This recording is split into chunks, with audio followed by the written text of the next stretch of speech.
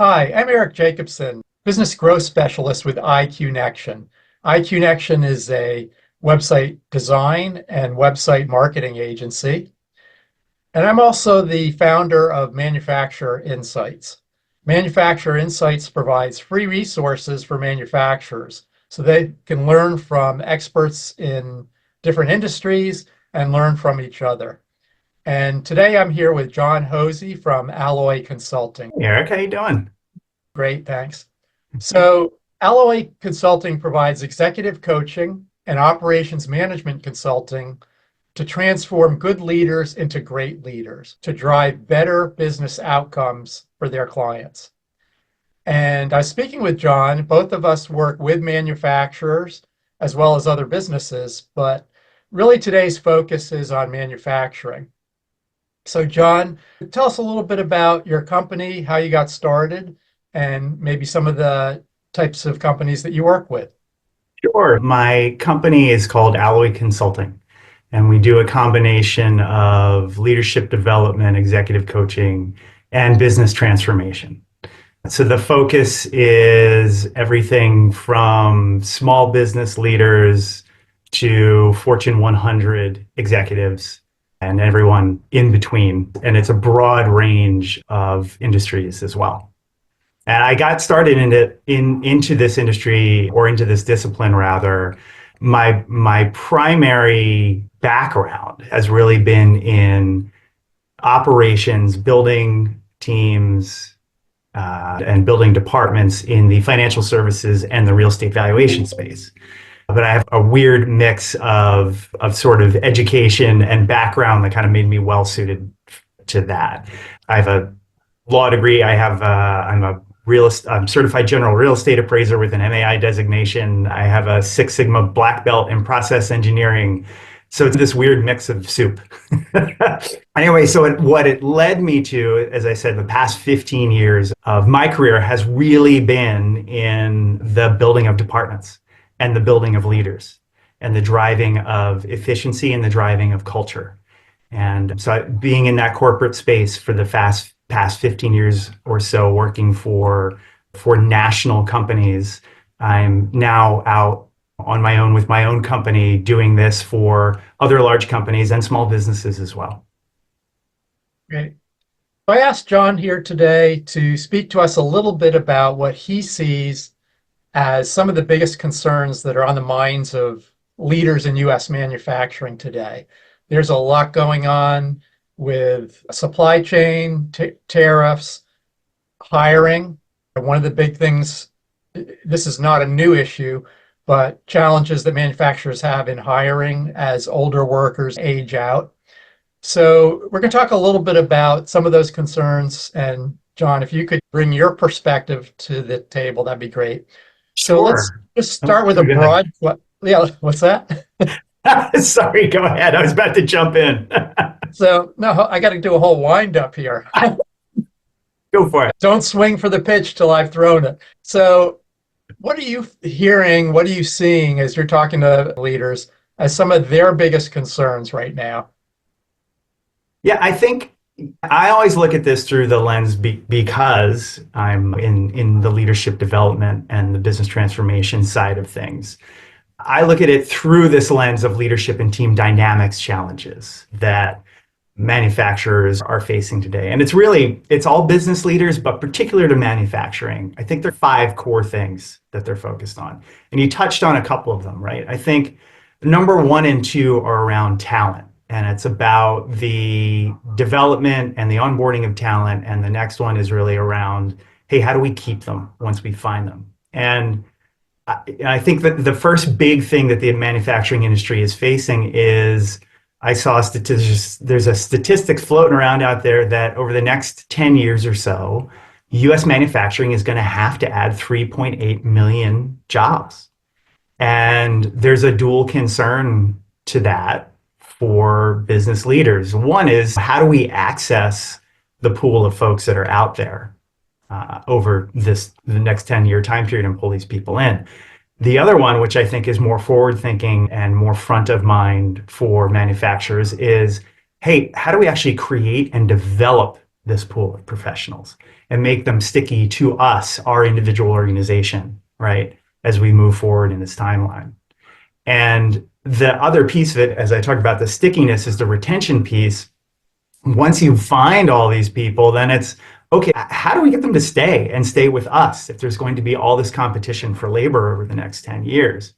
And so they really have to live, these business leaders are really thinking about what is going to put me in touch with with the wants and needs of these workers, what's going to really create job satisfaction and create loyalty with them. So I think those are number one and number two. So Yeah, go let, ahead.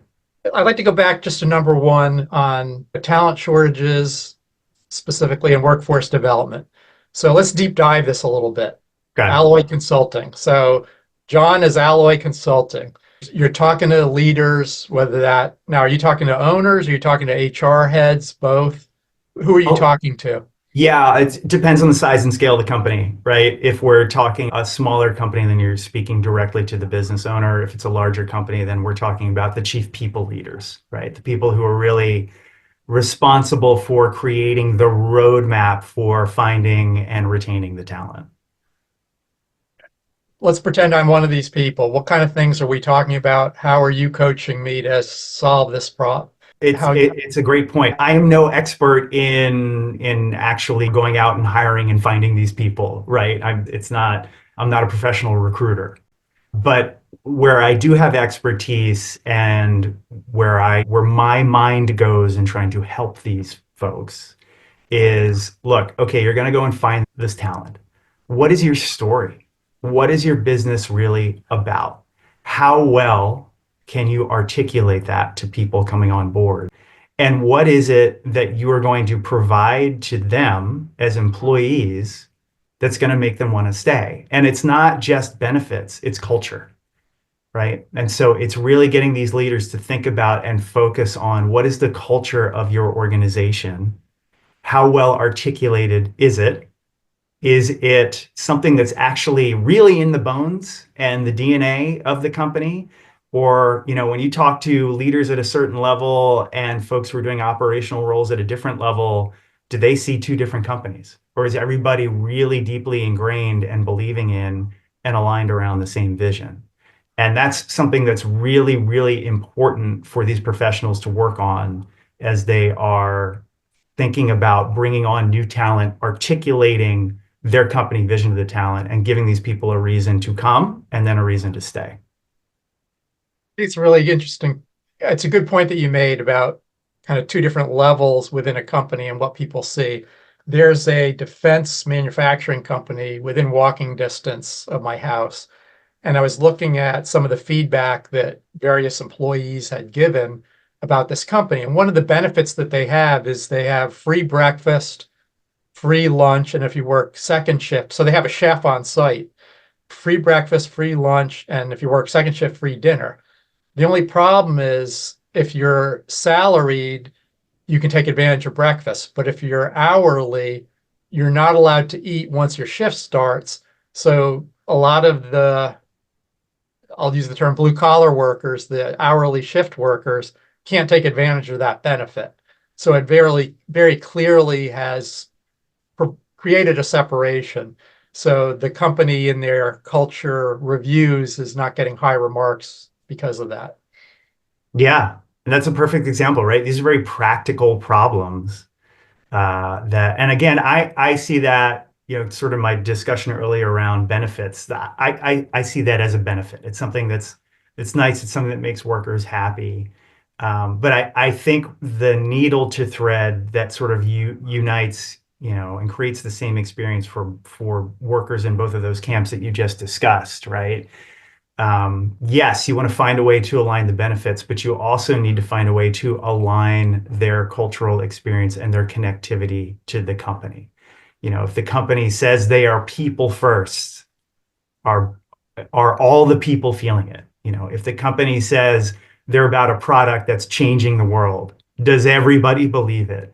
It's those sorts of things, and really creating a culture where the feedback from those employees in all camps on what's going on with our company, how do we improve things for our clients, for ourselves internally, is regularly sought from everyone, and actually, considered and responded to by management in a way that's transparent to everybody.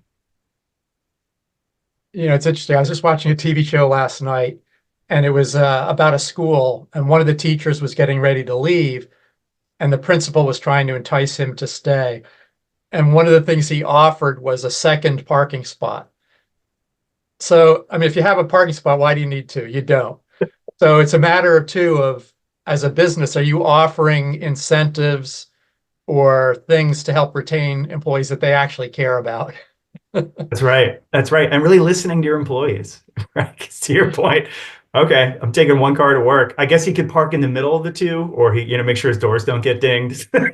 Well, no, the whole joke is they weren't next to each other. They were separated.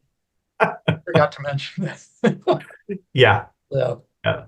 anyhow, so one of the things I go to quite a few manufacturing trade shows, and I hear a lot about Industry 4.0, Manufacturing 4.0. Can you tell us, first of all, what is Manufacturing 4.0, and what are you hearing leaders, what are their concerns around that? Yeah. It's so, you know, Industry 4.0 is really referring to, okay, what stage of the Industrial Revolution are we in, right? And we're kind of in that fourth stage, and it's all the focus on the integration of AI, automation, digital technologies, right?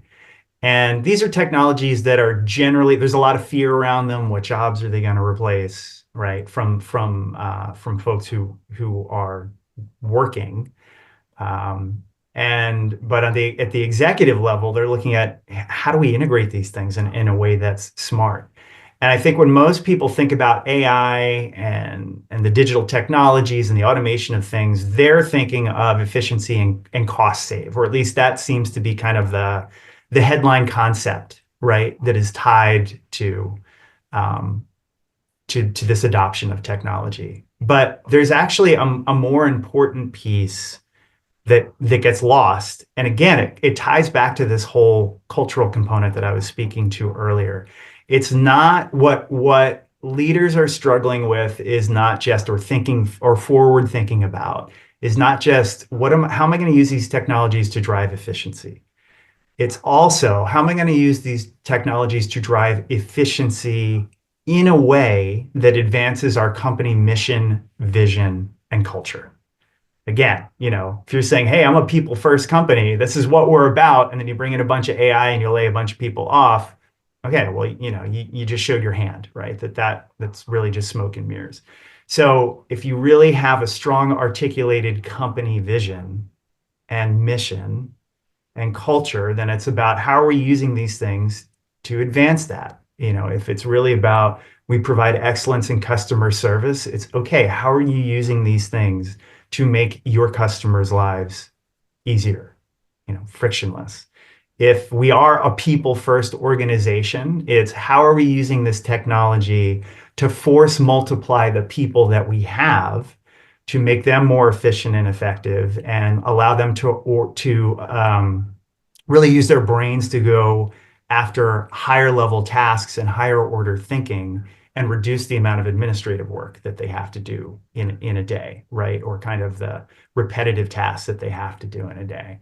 And not about, okay, how do we just take our existing workforce and shrink it? It's about how do we make our existing workforce more scalable so we can we can continue to grow the company and continue to also, grow our people. So those are the challenges that everybody in every industry is thinking about. How am I going to use this? How's it going to affect the landscape? But how am I really going to use this to advance my company in a way that is more than just about efficiency itself? Can you think of an example, someone you've worked with who's either successfully or unsuccessfully dealt with this? So Yeah. starting to implement. Yeah, go ahead. Yes.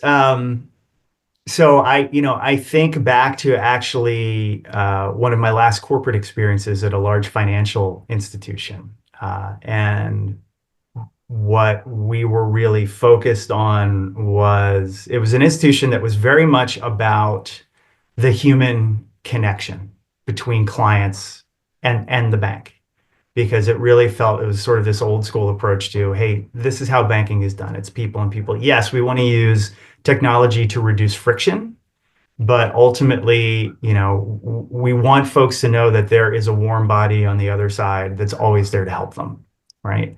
And so successfully, the technology that was implemented was about giving the bankers more visibility into what was going on with the movement of money of their clients, what was going on with the movement of loans through their pipeline, so that they could rapid response if something was going off the rails or something looked like there was something, a piece of documentation maybe that we needed immediately from the client, that instead of kind of waiting for the client to call and say, hey, what's going on with my loan processing, they would know in advance and they'd have a dashboard view of it and they could actually contact the clients preemptively and say, hey, I just want to let you know this is what's happening with your loan. Or even better, create waypoints to send out automated emails, that would come from the banker that would say, it would be a tickler to say, hey, your loan just moved to this particular milestone in the pipeline. Contact your clients and let them know, those sorts of things. So where I've seen it be successful is the use of technology to better enable efficient human reaction in a way that's meaningful. So let's talk about the elephant in the room. There's been a lot going on in the last couple of years, and particularly in the last couple of months, that things that are impacting supply chain.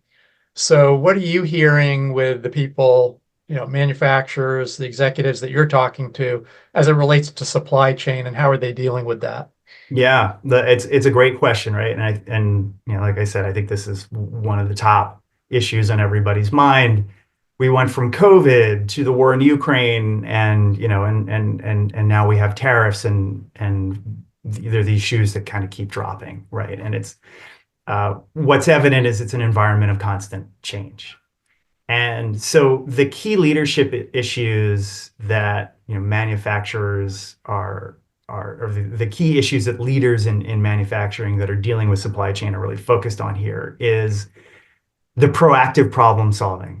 It's hard to stay ahead of these things, but to the extent that you're constantly monitoring and trying to predict, how are you taking proactive action? To the extent that a new issue does come up, how do you be reactive but as quickly as possible? How do you stay nimble? How do you think fast, move quickly? And the bigger an organization gets, kind of the more bureaucratic an organization can become, the harder it can be to make decisions and react quickly to changes in your environment. And so the big thing from a leadership standpoint here is when it comes to supply chain disruption, or really any disruption, is how do we create an organization that's nimble? Not just certain leaders who are nimble and when they see a problem are directing downstream, okay, everybody now go do this. But more creating, and again, it comes back to culture, right? Creating an organization where the frontline that sees issues is empowered to raise those issues up because they're going to see it faster than other folks will. If the executives are always farthest removed from the immediate challenges that the company's facing. And so to create a good feedback loop where the people who are on the front line and seeing the problem, seeing the interruption, starting to see a slowdown of inbound inventory or inbound components for manufacturing can immediately raise the flag and are empowered to take action. And it's creating this environment where it's not top down, but can be bottom up with executive feedback, but bottom up to react quickly. Those are the organizations that are fastest to responding to change, that best navigate, crises situations. Organizations where the front line that sees the problems immediately are able to respond immediately with guardrails in place. I want to prod this a little bit. Yeah. from a little different angle. So you're doing executive, I know you do group coaching and such, but you're also doing one-to-one executive coaching, right? Mhm. Okay. So when you're speaking to, you may have, so the typical, if we were characterizing leadership in manufacturing companies, it's oftentimes an older, not necessarily old school, but let's say someone with an established thought process. Yeah.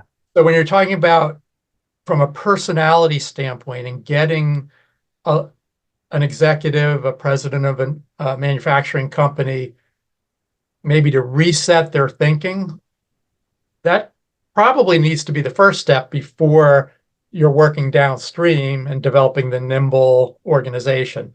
What challenges have you found and how do you overcome those in working with those executives, top of the organization? Yeah, and the place where I have the most experience with this piece, again, going back to my background in financial services, right, is with top salespeople. It's top salespeople generally, to your point about sort of an ingrained approach to how things are done. It's a very individualistic approach. It's very all the pressure is on me to produce. So, whether or not my piece of the company is going to work and succeed and survive is about me. And so it's true of executives as well. You have to get them to, it's change management exercise and stop thinking them as a business leader or thinking themselves as a sales leader, but start thinking of themselves as a people leader and getting them to a point where they understand, look, the company, particularly, if it's somebody who's built the company from the ground up, right? If it's their baby, um, the company cannot be about your identity and your skill set. If it is, then the growth and health of the company is going to be limited by the outer limits of your capabilities as a person and as a professional, right?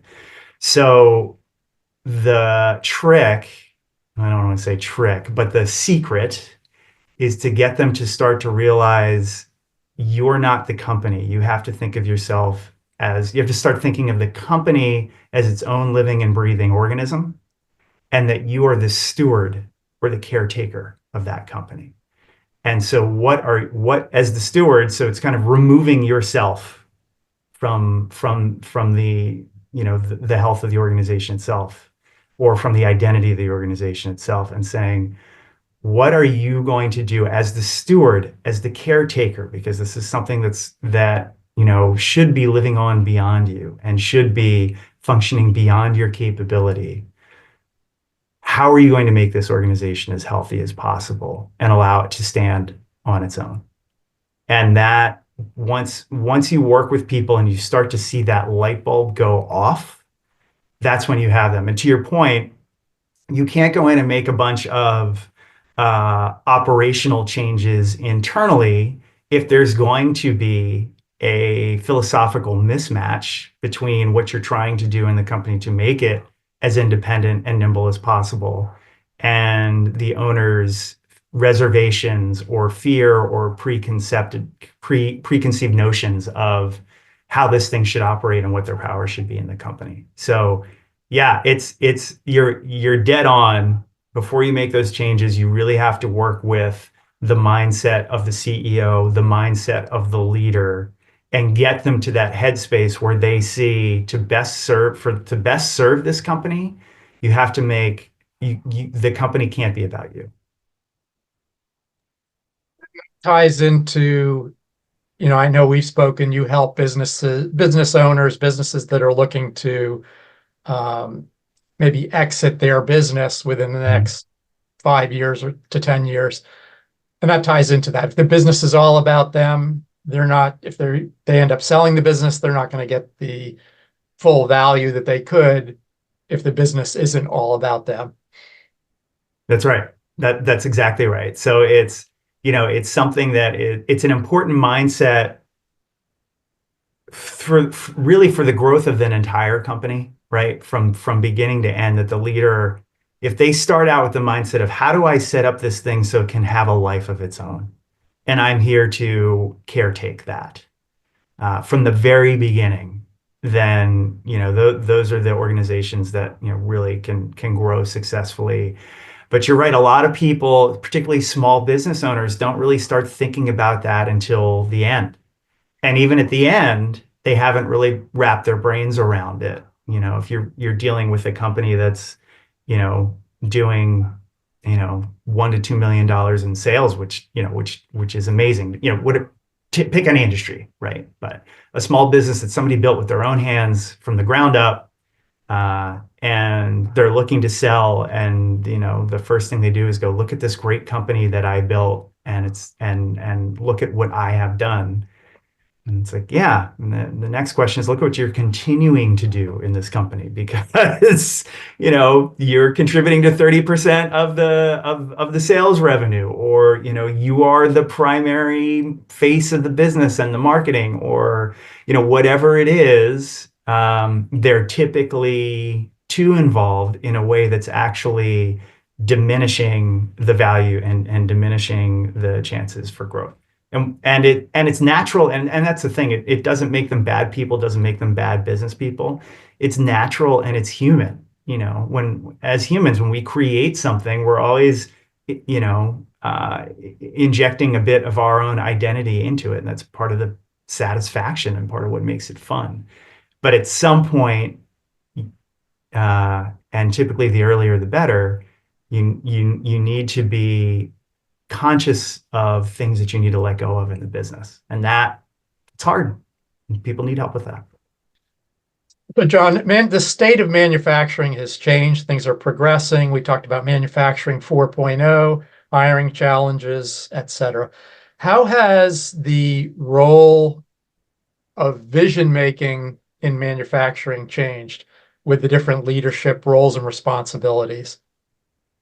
It's a great question. And I think again, it goes beyond manufacturing. I read a really interesting article on Fortune.com, written by Ruth Umo and Lily May Lazarus. And it was about this concept of the hybrid COO and how it is now sort of or becoming the prerequisite for, somebody who wants to become CEO. And what it was basically about, the crux of it is, look, the pace of change in business around the world, and in all businesses, but manufacturing is particularly one of these areas. It's the pace of change is continuous and it's accelerating. And so when companies are looking for leaders who can carry their companies forward and navigate this, and again, manufacturing is it's a key issue in manufacturing as well.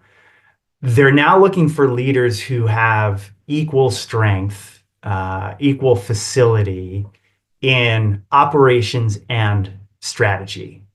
Leaders now have to be able to manage near-term problems while also being part of the crafting, or be really tied into the driving of the long-term vision.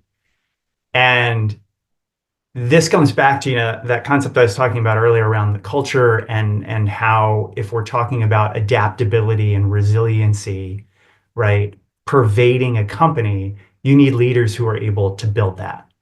So you need leaders who can come in and not just solve problems on their own, but actually bring to the table the emotional intelligence and the cross-functional influence to permeate this agility throughout the entire organization. And it used to be a time when kind of the COO role was focused on, in game theory, would be focused on the finite game, right? It's focused on kind of what are the near-term operational things that need to get done, operational execution, hitting quarterly production goals, right? As an example. Now there's this emerging trend, and the CEO, in contrast, or in kind of the yin to the yang, was focused on the long-term vision of the company, the infinite game for the company. Now, what we're starting to see in kind of the emerging need in manufacturing leadership, but in all types of leadership, across all different types of businesses, are leaders who can do both. They can do tactical operation and they're strategists.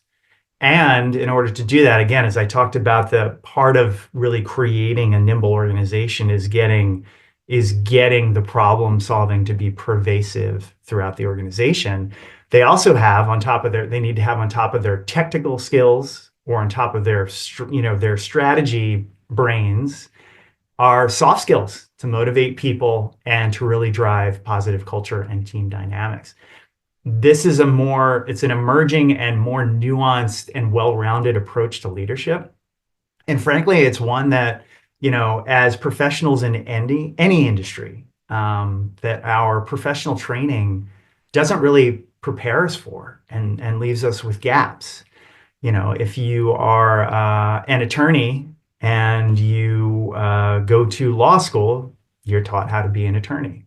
But if you start your own firm and then you start to grow and you have mergers and acquisitions, and now you have, your one little firm that started out as you hanging a shingle is now, multiple attorneys from a bunch of different, what were independent businesses with different cultures.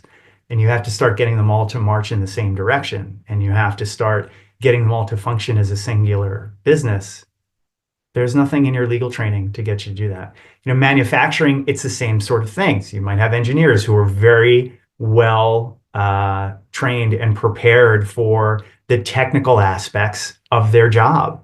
But as they move up through the ranks and start becoming leaders in the organizations, they may not have the soft skills to lead people. They may not have the strategic vision. And so these are things that, in the modern workplace and with modern leadership, are things that folks need to build onto their skill sets, because either their formal training or their company training doesn't prepare them for it. So, John, just to kind of wrap this up, if there were one piece of advice that you could give a manufacturing executive or a manufacturing leadership team, what would that be? Wow. One piece of advice. Yeah, you can think about that for a minute because I didn't prep you for that. Yeah, no. So here's what I think. I think the most important skill that any leader has or should develop or consciously continue to build is listening. If these leaders are listening to their clients, they're listening to the market, they're listening to their employees, and they are creating facilities within their organization so that those three different constituents can be heard. And they're creating a process to then take that information, analyze it, respond to it, and improve their organization and improve their operations. That's really the key to everything. That's great. Well, thank you, John. It's been a pleasure. I appreciate your insight and look forward to speaking to you again, with you again soon. Thank you, Eric. It's been a pleasure.